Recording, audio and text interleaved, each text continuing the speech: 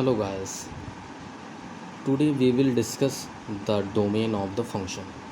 First question we can take fx is equal to sine inverse log x base 2. How to find the domain of this function?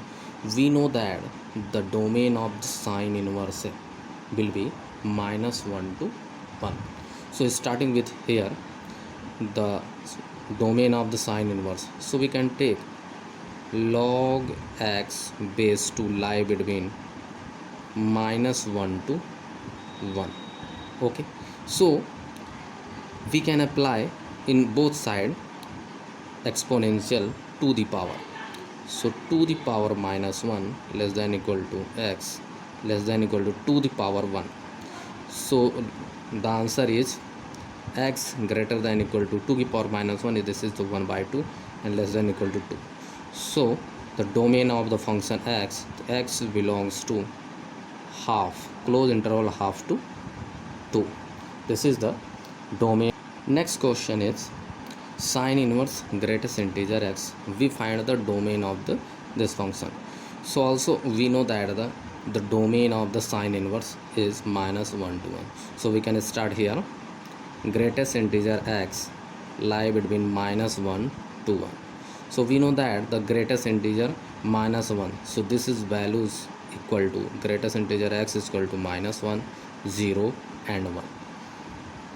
Also we note that the domain, what is the value of x? So greatest integer x is equal to minus 1.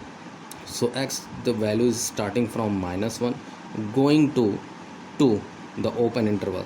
So x belongs to close interval minus 1 and this is the 2 in the open interval, because if we can take any real number before 2, that is the greatest integer is 1. So the domain of the f of x is minus 1 to 2. Next question is fx log fraction part of x. Find domain and range.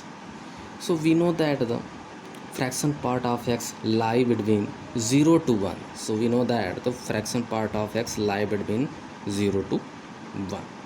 But in the log function, but log cannot be defined in 0. So fraction part of x lie between 0 and 1. So here fraction part only lie between 0 and 1.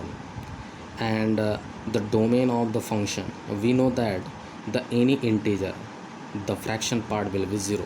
We know that the any integer, the fraction part will be 0. So the domain is r minus integer, because the real number you can subtract the integer in real number, we find the fraction part. So this is the domain of the function. We find the range. What is the range of the function?